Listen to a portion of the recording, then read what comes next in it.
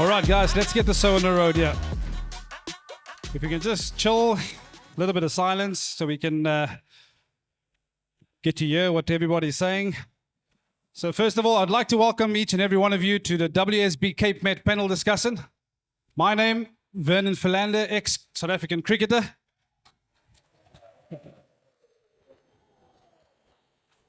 As I walked through the crowd a little earlier, they asked me, what are you doing here? I'm certainly not giving you any tips on horses. And this panel discussion is actually something quite exciting. I wish we had it in cricket, but the way we're playing at the moment, probably no need because we all play like donkeys. I think just a little bit of background. Why am I here? I'm recently signed up as an ambassador for Hollywoodbets.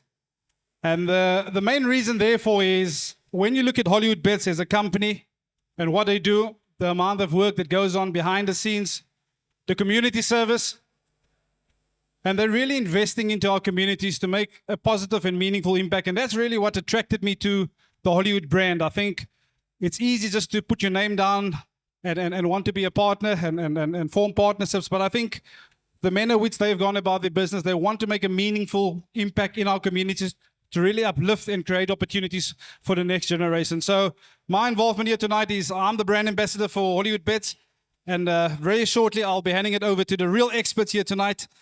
And just before we kick off, I'd just like to give you guys a little bit of facts. I'm going to introduce the panelists to you in a couple of moments. Guys, can we just tone it a little bit down, please, if you don't mind? Because I'm pretty sure the guy or the lady next to you would like to hear what these panelists have to say in a short while as well. So just a bit of background on the Met. Comedy Ding. He's obviously the defending champion, Aswin Reynolds. He's not here tonight, but he's a very good friend of ours, and we really enjoy having him around. And the horse that obviously won the Met the most, we all know who that is. The little Pocket Power. He's won it three years in a row from 2007 to 2009. And this year there will be 19 runners. So hopefully you get lucky with the help of these gentlemen alongside me here. The Hollywood Syndicate horse, Make It Snappy, is currently the favorite at 7-2. She comes into this race with a lot of confidence and in red hot form, having won the last 4 of her 5 starts, which include 2 Grade 1 wins, and she will be ridden by the winning form sponsored jockey Keegan DeMello. And this is where you can actually score a bit tonight. So Hollywoodbets, they'll give you a 15% deposit bonus. So enjoy a 15% deposit bonus from Hollywoodbets on all deposits of up to 20,000 Rand with a maximum payout of 3,000 Rand. So use your bonus on sports, horse racing, lucky numbers. And unfortunately, it excludes all the live games and Spinner Zonke. And that will be valid up until the 29th of January. They also have the Punters Challenge.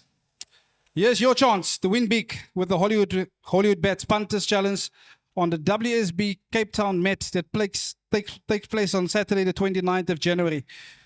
Simply make your Punters Challenge selections on the website for Hollywoodbets Kenilworth, and you could win your share of 50,000 Rand, placing in the top 50 on the leaderboard. There's also a massive 50,000 Rand that must be won for the punter who selects the most winners on the day. Remember, our 280,000 Rand jackpot prize is also up for grabs for selecting 12 winners on the day. Competition, of course, ends on the 28th of January. So now we get to the most important part of tonight. Your panel. I'm going to have to start with the man to my right here. Well-known jockey, Grant van Niekerk. He has over 1,000 career victories, including 18 grade ones. He won the Met in 2018 on board Shoshana. So who knows what it takes to win this race? On Saturday, he will be partner Cousin Casey. I actually saw him wearing a cap earlier and also a little badge. I love Cousin Casey, which certainly means he's devoted to win this race and ride the horse hard. So that's your first of the panelists. Second, we've got Shaheen. He's been a presenter, a commentator, a tipster, and most importantly, a punter. So he's a man. So he's a man like most of us. When we don't win the race, he's got experience in that department as well. And now, when you turn on the TV, the radio, there's a certain voices that really resonate with certain sport codes in South Africa. I've highlighted here, when you turn on the rugby, I think we all can relate to a certain Hugh Bladen. But when you turn on the horses, there's a certain Rouvaun Smit. I think for the past 28 years, he's been the golden voice of Cape racing. His commentary is iconic and renowned around the world. On Saturday, he will call his 8th Met. And I'm certainly hoping that you will call your winning horse home. So ladies and gentlemen, I will hand over to Rouvaun Smit that will lead the discussion along the panelists. I hope you take good notes. And I hope you've got 12 winners for Saturday. So enjoy. Good luck. Hold on. Before you go, guys, I must tell you, it's the very first time in my life that I ever got introduced by a true legend. Let's hear it for Vernon Philander. I thought I was a legend as well. What's going on here? We'll get to you. Keep it tidy, Mr. Van Niekerk. So nice to see so many of you here this evening. Welcome. I must say, Hollywood really made me feel special after that introduction. And coupled with the fact that I'm sitting next to my favorite jockey and my favorite racing personality, makes me almost feel like I'm a celebrity here this evening. I'm just here basically to get the best out of both these guys next to us. And it's our job to try and guide you and find you as many winners on the card on Saturday. So how are we going to do this? We're going to go through races 1 to 8. We're going to skip over race 9. We're going to do races 10 to 12. And then we'll come back and dissect race 9 till we find the eventual winner of this year's Met. So without much further ado, if you can open your race cards and let's see if we can find you winners. The first race on Saturday is a maiden plate to be run over 1,200 meters. And the gentleman next to me certainly has got a winning chance in this race. But he's not here to sing for his supper. He's got to sing for his supper at some point in time. And I think I need to put him on the spot from the word go. Are you on the right one or is Richard on the right one? I don't know. Time will tell. Time will tell. Right. Trainer's comment in the winning form. Andre Nel says, head girl, had a gallop, should run well. What do you think your chances are? Look, she's doing well going into the race. She had a bit of a niggle where she had an injury to her leg, and that's always obviously at the back of your mind how they'd come on after that. But Jazz Diva is doing very well. It's not a strong race, so my stable does have a very good chance of winning it, and I'm hoping we do. So I smell an Andre Nel swinger in the first. Could that possibly be the case? It could very well be. Both of horses are doing really well. I just worked them yesterday, and they are flying. So I wouldn't look past both of them. I do think if you're going to look at another one, maybe Paddy Crey's ran a really good race on debut. So that could be one. I think that is actually favorite, so we have to beat that. Mr. Shaw. My friend. Last year we started off this very panel discussion by saying the dogs were barking. And this year the dogs are barking again. All pointing to Apple Catcher, who incidentally has shortened from 5 to 2 into 11 to 10. What do you think? Yeah, I must say, I'm a little bit disappointed because I was scanning the crowd. I was looking for Ricky and AB. I don't see too well at the best of times, but they're not here. But I think this is probably one of the best bets on the card, number 2, Apple Catcher, because we know that last time out, although it was at a massive price and unfancied in the betting, a big run was expected, and it ran very, very well, did Apple Catcher. So I'm very strong on Apple Catcher, and I do like Richard Faree on the Nell horse, not our friend Mr. Van Niekerk. And I love Grant. He was with us last year. He actually said the only double that arrived, he said it was absolute rubbish. But what I'm saying is that I've looked at Grant's rides, and he's got a very good agent because he's got a full book of rides. But my friend, I'm not convinced really, but we'll move through the card. But I like number 9, Jazz Diva for second. But then our friend Grant on Head Girl from the rest, and then the 8. 100 Fifth Avenue. If I can add my 2 cents worth as far as Apple Catcher is concerned, I'm one of those people that study form. The horse that ran third in that race was a horse called Simply Beautiful. She subsequently came out and ran second. The horse that ran fourth in that race was a horse called La Pura Vida. So she's come out and won. So everything points in Apple Catcher's direction. 5-2 into 11-10. We could get off to a winning start. Race 2 is a maiden special weight to be run over 1,200 meters. A field of 13 runners. The horse that's attracting the betting support is a horse called Karakou from 6-1 into 3-1.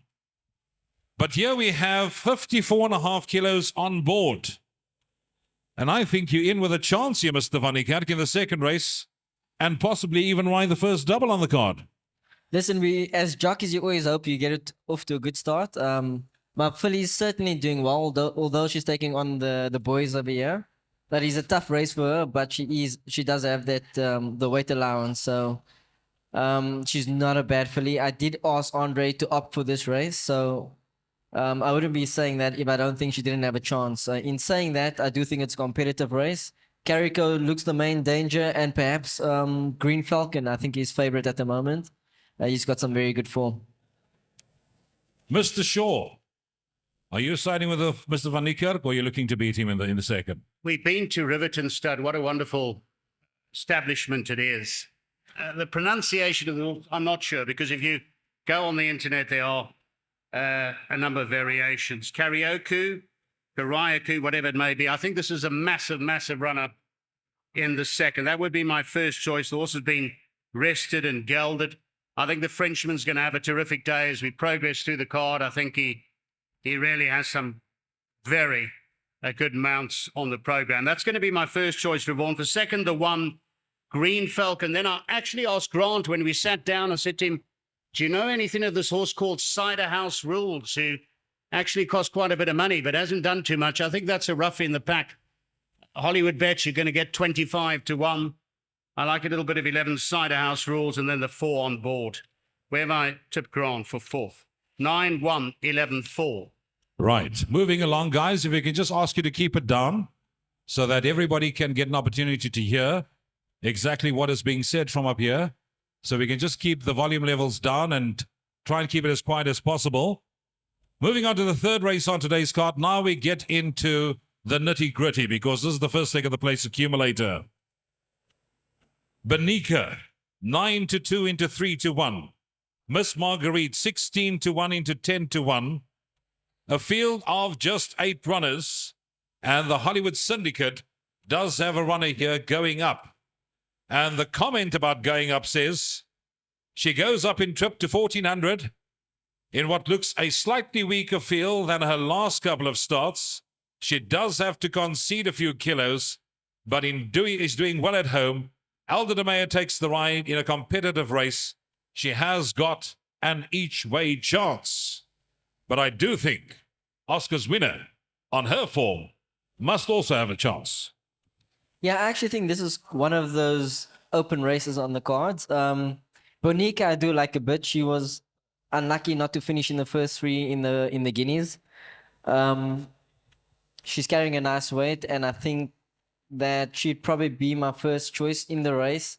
My filly is doing very well back home, so I'm expecting a good run from her. In saying that, going up for me as proper form, she's finished 2 lengths off Princess Scala, and we know she's one of the favorites for the big races later on.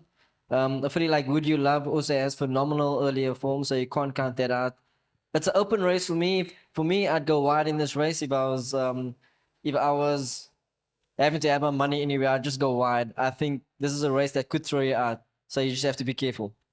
How many horses first leg of the PA, Mr. Shaw? Very tricky first leg of the PA. I tell you what, there's a horse here trained by a trainer who I think is one of the best conditioners in the country, Peter Muscat, a horse called Bevy's Delight, who's ridden by Calvin Abeb. This horse won very well on the poly track by 6 1/4 lengths. The form line on the turf hasn't really worked out, but I would include that one. First choice, though, would be the 3, Benika. I think Benika's the horse to beat with Richard Ferree. Going up, owned by the Hollywood Syndicate. There were some good reports some time ago. I visited the parade ring, and Candice Bass Robinson said later on in the season, this is a very nice horse, watch out for it. So I respect that. And also, after that, a little bit of the 5, Veronica Mars. I'd go fairly wide. It's the first leg of the PA. It's a massive day. I mean, you would expect terrific pulls. So I agree with Grant. I think go wide in race 3. Just touching on something that you said earlier on, Grant, about Benika. If you go to a penultimate run in the Fillies Guineas, as you said, she was very unlucky not to run in the first 3. That day, she ran way ahead of a rating. I actually made a point of speaking to the handicapper. 54 kilograms on her back. I'm making banker, first leg of the place accumulator. On the subject of banker, Mr. Shaw, I'm going to start with you. Banker, first leg of the pick 6? Do you know the best is, I've been in this game for years and I'm looking around at the people that are here. There's so many familiar faces. I've seen some of these punters. I met them 25, 30 years ago. But I met a punter earlier on. It shows you how old we're getting. He met me inside. He said to me, Shaheen, what's happened to you? You filled up like a good thing. My goodness me, you put on weight. I said, matey, that's how it goes. He says, well, you put on so much weight, you need a beginner's bra. So the night didn't start well. But as we go to race 4, I mean, the price is so short, but Captain's Ransom looks a racing certainty. 6 to 10 into 4 to 10, Captain's Ransom. I remember last year, midday, as if it was yesterday. And I remember the commentator and how he called the closing stages of this race. And I'm going to remind you exactly what the commentator said. With 100 meters left to go, Chanzanay got first run, but Captain's Ransom, he's wearing her down and class will tell. Can you beat Captain's Ransom this time? Captain's Ransom is the darling of the turf. She's everyone's favorite. Even if she does get beaten, she's proven herself over and over again. So she is going into the race a worthy favorite.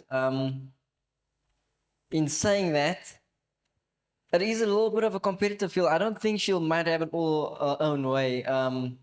There's not much pace in the race. And there's talented young fillies in the race as well. Filly like Golden Hills Test. Our fillies this year is not bad. If you going on Make It Snappy that could win the July, and she ran 2 lengths off that, you'd obviously put her in. A filly like Chow Bella would be the same story, and they carrying low weight, 55 kilos.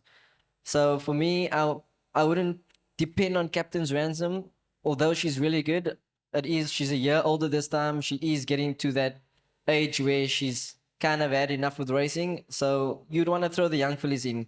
If my filly comes back to form, she's a year older this time, a year younger than Captain's Ransom.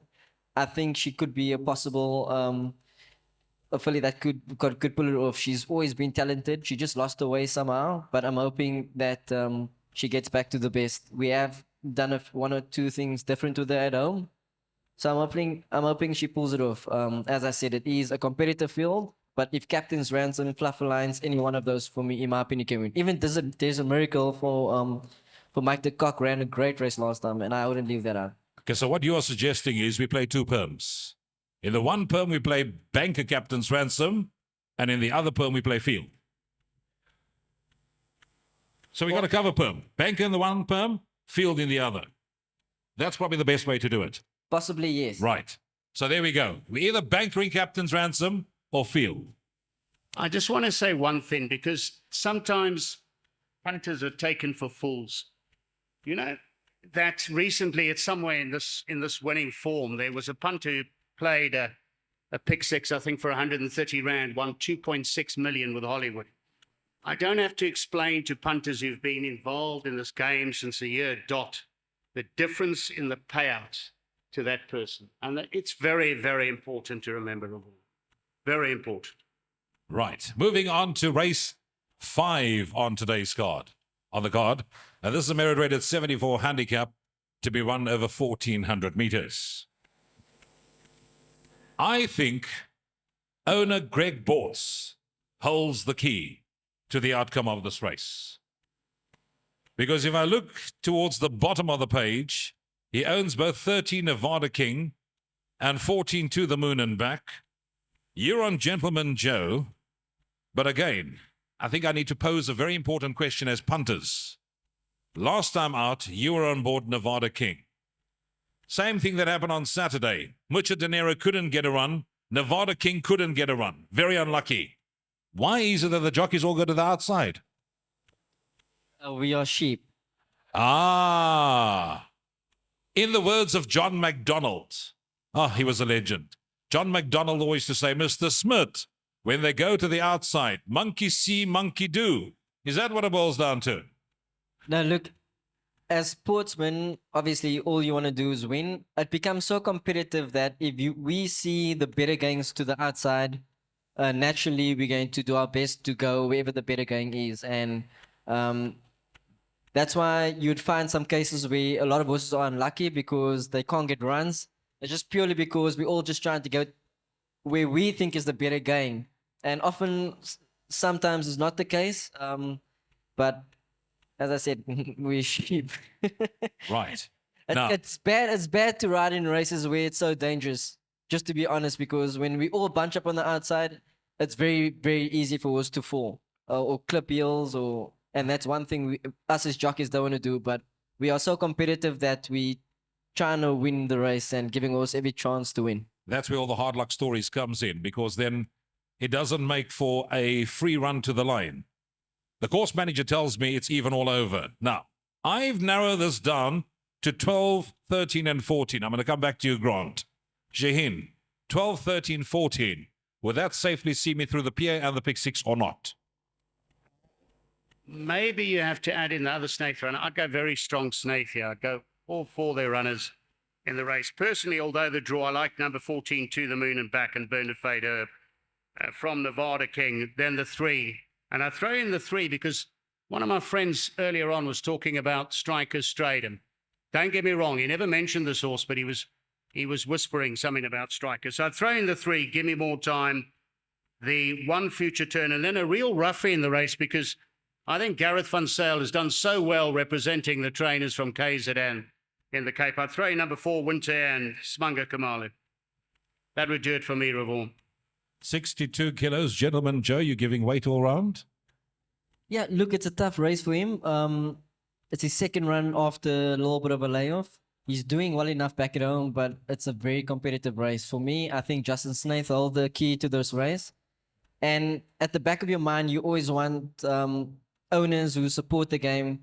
A guy like Greg Bortz, he deserves every winner he gets. For me, I would go wide. I would go Justin Snaith's horses. My horse is not out of it, but I would keep it in the back of my mind that he is carrying 62 kilos and it is his second run after layoff. Right. So it's a case of add in as much as the budget does allow, and it doesn't get any easier as we work our way to race 6, which is the City of Cape Town Summer Juvenile Stakes listed. The Abdicator from 18 to 10 into 14 to 10. Bohemian Grove has shortened from 33 to 1 into 6 to 1. And a horse called Golden Tatiana, she's been firm throughout since they've opened the betting. Hollywood also have a runner here. It's called Kupaliwe. I'm sure I got the pronunciation right. Remember when we were in Durban back in June, July. The three gentlemen that looked after us. It was Mondi, it was Amir, and it was Yandile. And we got a lesson about Kupaliwe and Asia Pambile before they even ran. Do you give that any chance, Shaheen? No. No. I just want to say one thing. Golden Tatiana, is it? The ride last time out was splendid. Absolutely splendid. My goodness me, there were a few boys shouting you home on that occasion. But I was one of them. there's a turnaround with this horse, Bohemian Grove, of 3 kgs. And Bohemian Grove, if you watch that race, I think that's a massive run on the card at that price. There's been a little bit of money with Hollywoodbets, I think into about 6.25. Ricky Maingard is a master on his day, as we all know. I like the 2 Bohemian Grove strongly, Rouvaun, in race 6. From 5, the Abdicator cost about 1.2 million or something. The Abdicator won on debut. Then the 12, our friend Mr. Van Niekerk. I think it's the first time I've tipped him in the first 3 thus far. And then the 10. 2, 5, 12, 10 would do it for me in race 6. Fillies have a very good record in this race. She won the Trippy Stakes last time out. Can she beat the boys again? Of course she can. She beat a horse like Gimme Lightning, who is no slouch. He's not in this race, so it'll be easier for her in actual fact. I know that the weight turnaround could be a bit harder for her, but I think she's an improving filly. I think she's has a lot of scope and she's just getting better. I worked her this morning. I worked her on Tuesday, and I'm very happy with her. I know that there's a few horses that got a little bit close to her, but she was still so green with me last time, and I really think that she'd be a more forward filly coming into the race. I'm expecting her to win again, if I can give you guys the confidence. So I'm hoping I win her now. I do think that Justin Snaith's filly, Golden Sickle's not a bad filly. I worked her before she actually won, and I said she'd win. Obviously, Bohemian Grove ran a very good race first time and only got beaten 2 lanes, running on strongly.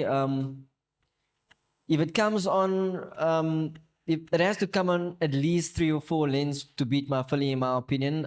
I know that she's carrying level weights with mine, but I do believe my filly still has the upper hand over. I found a bit of a shrewdie in this race. Remember, both the Abdicator and Golden Tatiana are up in the weights because of their wins. Now, if you look at this horse, William West was behind Speeding Bullet.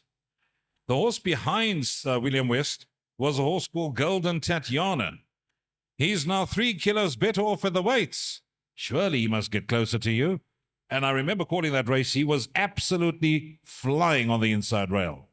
What do you think? Justin Snaith was raving about this horse. So, look, I don't think I ever sat on this horse, William West, but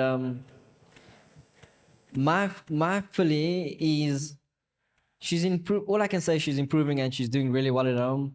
The other horse that I left out was the Abdicator, which I think won a really good race on debut. And obviously, Mr. Crawford, he's a master when it comes to winning, having good days on big days. So I wouldn't leave him out. I left the Abdicator purposefully for last because Shaheen, to me, he has been, thus far this season, the most impressive 2-year-old winner that I've seen. The Abdicator. Rouvaun, you know what? You've been my friend for a long time. We get on very well, but it's the first time tonight I wanted to put you in the corner, put a dunce cap on your head.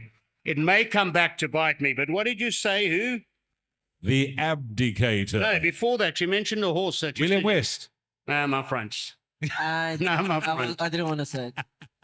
And he is my agent after all. That's the thing, because I'm sorry to interrupt, you see. That's why I'm sitting here and thinking about the next race. Rouvaun's going to take us to that. My goodness me, what a payday, Sunshines. I'll be right behind you, don't worry. We're trying to give the guys as much information as possible for them to make an informed decision. But having listened to both of you, guys, Golden Tatiana is, can we say, the each-way selection in this race? Yes, you can. Right. Golden Tatiana, each way's race 5. Race 6, rather. Moving on to race 7. 7.5 million rand at stake. See It Again has shortened from 14 to 1 into 10 to 1. But there's a horse in this race that has shortened from 20 to 1 into 4 to 1. And the gentleman sitting next to me is riding him. And that's a horse called King Regent. Now, last time out, played up at the start, reared, had to be taken out, put back in, was slow of the mark. You moved up to come and win the race, and you just got one out of it in the closing stages by a horse called Winter. Without question. Without question, ran second to Rockpool on Saturday. On Saturday, that form line is held up. King Regent, can he take the lion's share of the prize? Yeah, this is certainly one of my better rides on the day. Really nice horse. He got his perks where he doesn't stand too long in the pens, but we got on top of that. Glenn Cotton's horses in particular are doing very well at the moment. So I'm glad I've got a few of him on the day, and I'm really hoping to cap off a good day for him. In saying that, I really do like Sean Terry's couplings here. I think Sean Terry is a master as well on getting his horses right for big days. And he's also got proper form going into the race. Other than that, I can't see too many. There's one more, which would be the favorite in Justin Snaith's horse, Royal Aussie. Decent horse, but I like my horse here very much. I think he was very unlucky not to win last time. He should have remained unbeaten. And the form is frank. So I'm hoping to be in the money with King Regent. Right. So you are big on King Regent to run a big race on Saturday. You also like the unbeaten Philly Winter Greeting. And Royal Aussie, I know Justin Snaith was very bullish when he drew 8 for Royal Aussie in this race. But if you go on that last run in the Guineas, Royal Aussie ran 4th. And a horse that ran 5th is a horse called Dave the King. Mr. Shaw, what do you think? I just wanted to ask, Grant, because I met Glenn Cotson many years ago. I was a youngster. He used to be an assistant and underling to Rolf Rickson, the great trainer Rolf Rickson those days. How's the pressure for you on Saturday? With Cotson or Yeah, with Glenn. Were you under pressure? No, sometimes I don't take Glenn Cotton serious. So Sunshine, I don't blame you. the pressure's always going to be there, regardless of whether Cotton gets in my ear or not. The pressure's always there with days like this. But funny enough, I thrive on days like this. I really enjoy riding on big days. It just makes a jockey step up his game even more. I think Glenn's a fabulous trainer. Absolutely fabulous trainer. I think that Grant is probably the horse to beat. I'm hoping for both of them. Believe you me, I'd be screaming at home. But when I went through this card, if there was one each way bet on the program, it's in this race. Despite the draw, it's a horse called Dave the King. Because I've been watching this horse, number 14, Dave the King. Handy wide, no extra penultimate start, reports Hollywoodbets winning form. Last time out, the saddle slipped respiratory noise. I just think with the visiting jockey that this is a massive runner. So I'm going with that, the 14, Dave the King, from Grants to run second. So you've moved up a place now. You've had third, second. We're getting closer to the mid. Right. So that is race 7. Let's leave it at that and move on to race 8, the Grade 1 Cape Flying Championship, to be run over 1,000 meters. As they say, blink and you'll miss it. Now, on my podcast, I've said this particular race, punters will probably be looking at one of 3 ways. They're either going to bank the favorite, they're going to look for one to back it up with, or they're going to have to put in plenty. Which way do you think this could possibly go, Grant? For me, this is probably the hardest race on the card to find a winner. It's a really open race. There's at least 9 horses, in my opinion, that can win this race. I know the one Isi Vungu Vungu was so unlucky not to win last time. He's got to go in. It was like Give Me the Prince that won super impressively last time and beat We Jamming, which I think was quite a nice horse. Sunshine for Hollywood could do something over here. I know he's a difficult customer, but I think if everything goes his way, he could really turn it on. I know Eric Sands has got one or two niggles with the horse, but I think on his day, he's a horse that could do very well. My horse, Rio Karori, I told Justin in the week, I said, if you can get this horse 70% fit, he'll smoke this field. And that's all I need with that horse. He's a proper sprinter. He was champion sprinter.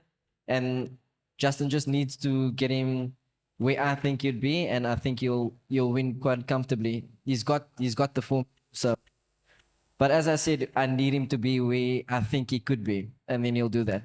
Princess Keller is another one. She won a really impressive race last time, and she's got a nice galloping weight. I'm glad you spoke about Rio Karori because 3 runs back, Rio Karori was a 130 in the ratings. He's now 120. All he needs to do is to get to the mark between the two, and I reckon no race. No, he's a type of horse. If he's, I literally would play with this field if he's at his best, and I can promise you that now. But I need him to be there, and obviously his last 2 starts is not encouraging. But if he just comes 70% back to his old self, he'll smoke this field. But there's horses in this race that's ready to win, and horses that's won very well last time and could follow up. All I know is, if I look at the form, that horse runs for a jockey called Grant van Niekerk. So that's definitely going in as far as I'm concerned. I just need to tell you the comments regarding 1 and 7 here. Now, Isi Vungu Vungu has improved at home since his last start, when unlucky as a runner-up over the course and distance. The stable is very happy with his preparation, and he has done everything correct in work. This is his stiffest task to date, but the stable is confident of a top run. He does once again get the services of Christophe Soumillon. And then to tell you what the story is regarding Hit the Mad Sunshine, we'll give Hit the Mad Sunshine a chance to give his comments now. He was very well in him. He's very well in himself at present. In fact, his trainer believes that he has never had him better. He is only a 2-time winner. He's running in a Grade 1, but the stable believes he has the class to be involved in the finish.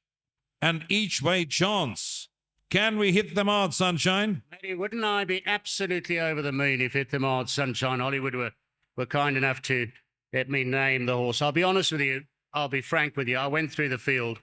I put 3 lines through it, which means absolutely no chance. But this morning, I was actually told, as Rouvaun just mentioned, I don't want to repeat, but the horse is, according to what I've heard, the best he's ever been.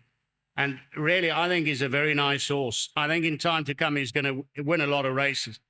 Hollywood also have Isi Vunga Vunga, but you know what? I don't want to harp on history with the punters. We all know. I don't want to go back to draconian days. But if you go to Flamingo Park, when Flamingo Park was closed, and so many trainers, so many grooms, so many people involved in racing were just left out in the cold.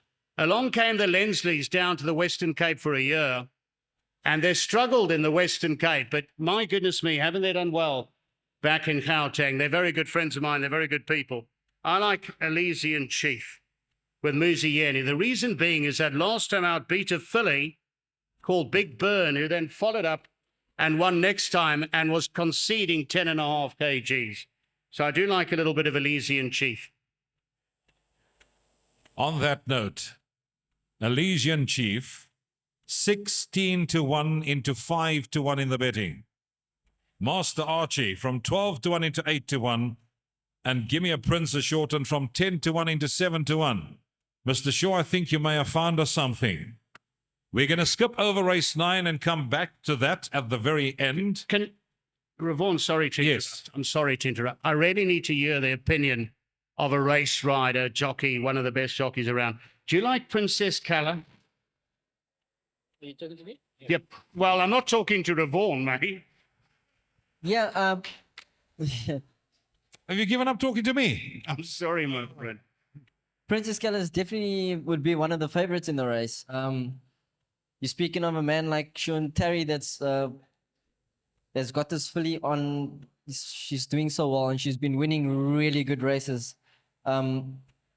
she'd for me probably be the biggest danger to the rest of the field. Okay, let me put it this way. Say you went to jockey, say you were a punter, would you back Princess Kala? Yes. Oh my goodness me, what am I involved with tonight? Mr. Shaw. But you have to back something. Because Mr. Smit doesn't want to admit it. He phoned me and he said to me, Sunshine, the best bet on the card is Princess Kala. And what did I do? I hang up. Yeah, you said to Hung me, up on the you said chicken. to me you're doing the same thing you did with Ithamard Sunshine, 3 lines through it. If Captain's Ransom was in this field, what did you do? No, my friend, we're not going there. Well, Because you know what? I'm not trying to be funny. If you know, you get burned in this game. This game is another game. We all know it. And you end up looking like an absolute fool, but I can't have that. Sheesh, I'm taking a chance. I can't. You're taking a very big chance, bearing in mind that she could have taken on just 6 horses in the Mallorca. They've given her the opportunity to take on the boys, 15 boys, coming off the back of 2 very good sprint wins. Mr. Shaw, let's rather move on to race 10. I think that's safer. Let's move to race 10. Now we're coming back to race 9. Race 10, which is the New Turf Carriers Western Cape Stayers to run over 2,800 meters. And I'm going to stay with you, Mr. Shaw. Nebraska 5-2 into 2-1. You have to put your neck on the line. You've got to just say it like you believe it. We all study form. Sometimes we're right, sometimes we're wrong. It's not an exact science. I think Nebraska is the best bet on the card besides Captain's Ransom. I think the gentleman next to you would disagree, considering the fact that he rode a very clever race on Lomrock King's Plate Day when he took Chrome Yellow to the outside. He kicked clear and he kept going to win a very good contest, and he literally renews rivalry with all of them again. Can I safely say that he's come on from that run, Grant, and that you're looking at a big run again from him? yes. I'm glad Mr. Shaw is not my agent after listening to this. Yes, I think Chrome Yellow is a soldier of racing, of the long distance racing. He's proven himself over and over again, and he's just in such a good space at the moment. I think Andre's got him spot on for this race as well, and I know we've drawn the widest of all, but he's a big horse. He doesn't mind unwinding his stride on the outside of them and getting into any position.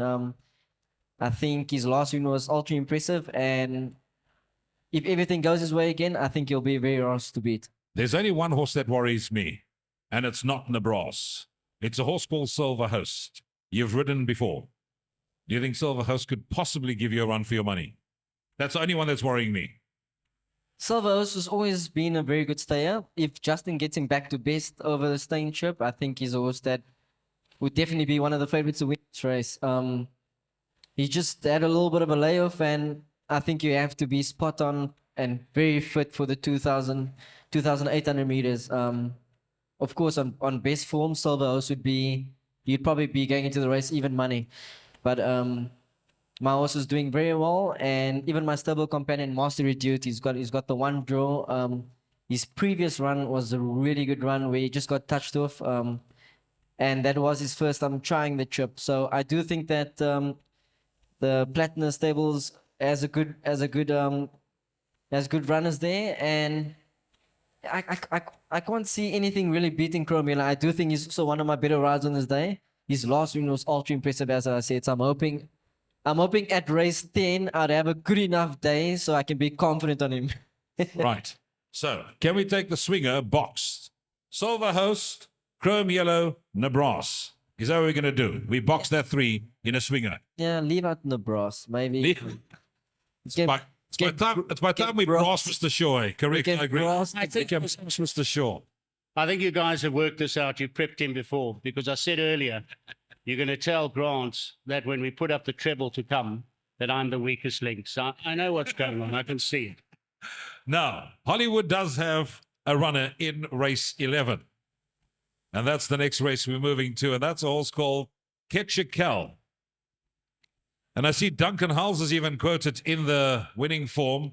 So maybe this is an omen, because it says he has been jumping well and racing too strongly from wide draws.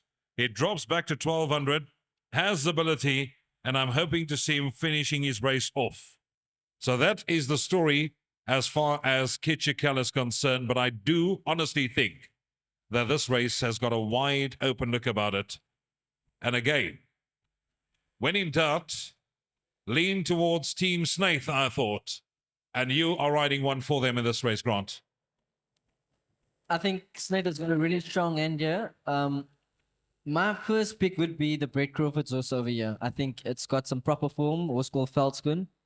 It ran second to Winchester Mansion, then it beat Gimmy's Laddie, and Gimmy's Laddie is not a bad horse at all. I do like the 11, and the stable is firing too. So that should give you the confidence. With Snaith's coupling, I do think Act Naturally, her work was good, but she is a filly, taking on the boys.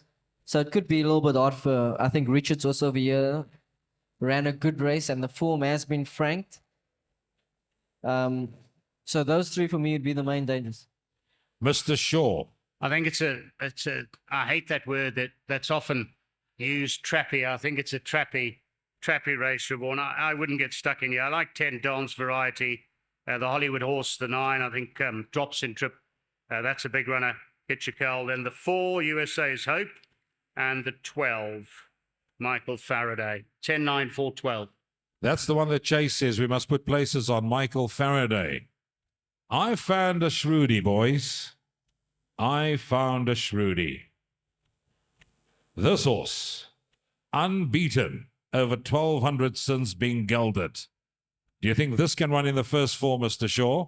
The horse called Ensuing.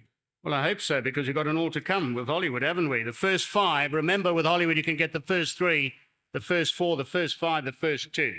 I hope you're right, my friend. I think it's got a chance. As I say, I'd go very wide. Yeah, very Remember open. the second bipot's very important. There's a second bipot. There's a carry over 200,000. That's going to be great entertainment.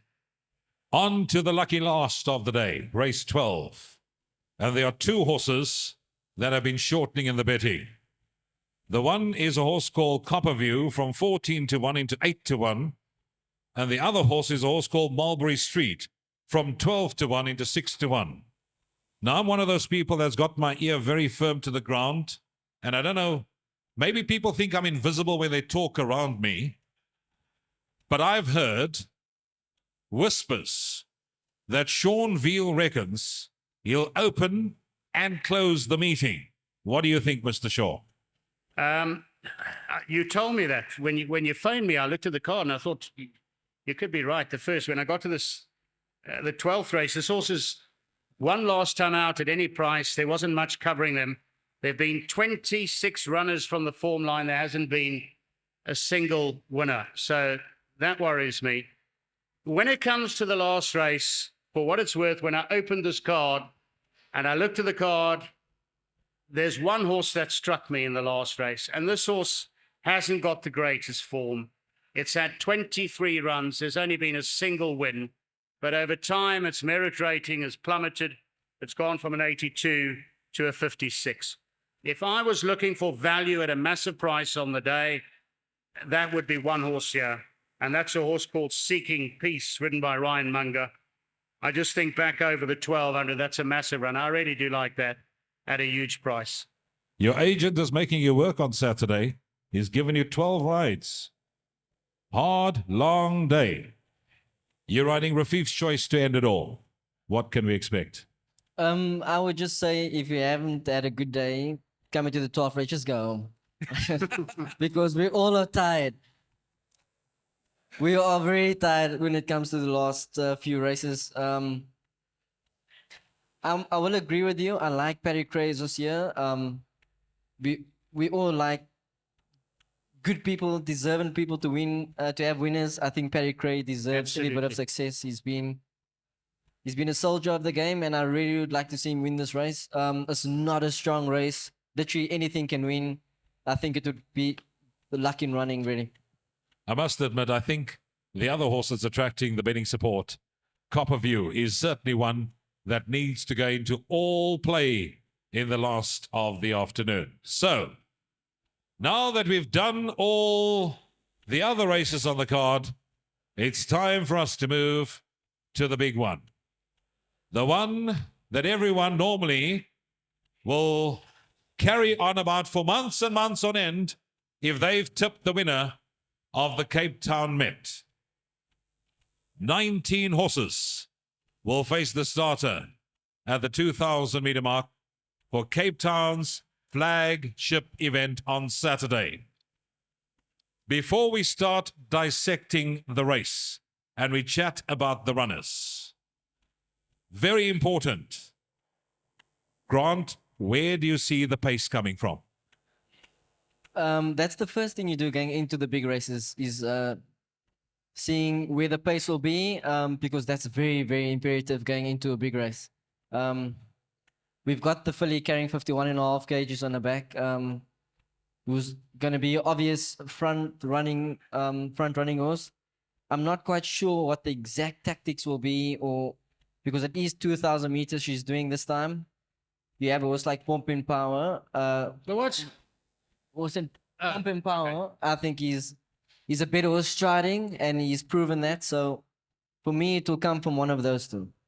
Now, I can tell you last Friday morning, and I think Mr. Shaw was standing alongside of me on the beach at Muizenberg, when one of the co-owners said, there's absolutely no way that Pumping Power is going to the front. He's going to jump, and he's going to have to settle. Do you remember that conversation, Mr. Shaw? Yes, and I must say it was wonderful going to see the Snaith Yard, their horses working on the beach. But Rouvaun, when the truck arrived and the horses arrived there's one horse that got out, and we said, my goodness me, and what was that horse? On looks, which stood out a mile. Jet Dark was bursting out of his skin when he got on the float. Absolutely. Looked like a, what's the word? Like a dragon. Right, so 19 horses. And I think I'm going to leave Grant for last. Shaheen, from the 2,000 meter mark, give us your impression as to who you think will settle where, down the back straight, until we reach the 600 meter mark. How do you think they'll sort of settle? What sort of pace do you think they'll be? I think that we must rely on the commentator for that. We'll get to that a bit later. Week in, week out, and you're Shaheen sitting here clueless, and you put the spotlight on me. Rather just ask me what I like. We'll get to that, what you like. Grant, turning for home, you jumping from stall gate 14, and you're certainly on a horse that has a lively chance. Now, there is a big debate that is raging at the moment. There's a 3-year-old filly and a 3-year-old colt taking on some very hard-knocking, well-known individuals. Can one of the 3-year-olds win the Met? Here we go. Go, you baby! Here we go. And a mic drop. We got the cousin Casey cap on. I did not choose this for nothing in this race. I think he's got a very big chance. Of course, we all can only be excited and hope for the best. And I really hope that this horse does it. And we've got this ready in front as well. We're going big. We're going big with cousin Casey. Can I pick up from where I am? So Grant has told us about the 3-year-old colts. I got notes, but the notes came out very obscure on the page that I got notes from this gentleman here. Now, you're going to have to tell us what the notes said about Make It Snappy. Brett Crawford and his assistant Barry could not be happier with where the filly is at the moment. She's done nothing wrong. She's done everything that's been asked of her. She's by dynasty. She's got a legacy to uphold. She's going to love the extra furlong. Leave her out at your own peril. We've got nothing to lose, but I think it's going to be an absolute cracker. 51.5 kilos. Is she going to the front? I would think so. She has to, unless Pumping Power gets there first, which Grant doubts. Or it's maybe actually, Grant, you like it, but I think if she gets to the front, she'll be happy there because that's where she wins all her races from. And that's what we want. We want to make it snappy to make it snappy, get there and dictate the race. Right. I'm going to get back to Grant on that note. The gentleman sitting here is a gentleman that is the editor of the Sporting Post. Now, you have had the pleasure of speaking to tipsters from all around the country. Who has come out tops in what the tipsters think will win the Met? Rouvaun Smit, but I don't necessarily agree with that. So who do you think can win the Met? Okay, you've got to go with experience. Piers Stradom, Ricky Maingart, between them, 150 years. And most of these guys, I mean, Grant wasn't born when Piers Stradom was riding winners. So, I mean, look at the field. Look at Piers' experience going with old Matana. Even though he won't stay, Pierre will make him stay. Right. General consensus is, Grant, make it snappy's going to the front. 14 draw. Where are you going to place yourself? How are you going to come and get her? That's what we want to hear. I think for the public, it's very important to also take the weather and the wind into factor. So if it's going to be a howling southeaster, then you'd be very skeptical to have a bet on make it snappy going to the front. Although she's carrying the lightweight, she's really talented. But it all comes down to getting cover from the wind and obviously getting the best run possible in the game. For me, I actually think Pomp and Power will go. I can't see Pomp and Power not challenging Make It Snappy. In my case, I'm hoping that happens where it just makes racing to make it easier to make it a fairer race for all of us. We also don't want horse going to the front and where they're going to be crawling. Time to nail our colours to the mast. Mr. Shaw. Okay. Mr. Smit, I'm sweating. Do you think I'm sweating because it's hot? Now, let me tell you something. It's almost like sacrilege. I scribble a lot, but just now I wrote a message in my winning form all over the Grade 1 World Sports Betting Cape Town Met. It was one word. My cursive is terrible, and I showed it to Grant. And Grant looked, he said, "What? What's that?" Because, as I say, I scribble. I whispered in his ear, and I said, "Toilet." And he said to me, "You're so right." So at least I'm not alone. So, Mr. Smit, I am going with Jet Dark. I don't want to tip this horse, the Hollywood horse. I think it's a massive run to Make It Snappy because I haven't tipped it the last 3 times it's won. And we know how we can be as punters, superstitious. So I'm going with that for second. Then I'm going with, for third, Sparkling Water. And then our friend, Mr. Van Niekerk and cousin Casey. Right. Grant. You're going out to win it. So, cousin Casey first. Who do you think will be behind you? I don't really care who's behind me. You don't really care who's behind you. He's going cousin Casey all of the way. When Mr. Benson phoned me up at the end of last week, and he asked me to give my selection for the Met, I said to him, I've based my selection on 4 points. I've based my selection on loyalty, politically correct, sentiment, and patriotism. But I'm not going to tell you who that is. You'll have to wait till later. You'll have to wait till later. It's coming. Now, that I think concludes our discussion here for the evening. However, there is one very important thing we need to do. But now I need to get my phone quickly out of my pocket because I need to do some calculations here quickly. Mr. Shaw, open your book up quickly and show me. Don't tell me, just show me. Before you tell me, just show me who your best bet on the card is. Just show me. Don't tell me. Show me. Because I want to try and do something for us here this evening. Okay. Show me who's your best bet on the card. I'm paging, Mr. Smith. You're paging. I think I know who it is. Paging. Your one, You know it is. your one, Grant, is probably. It's probably.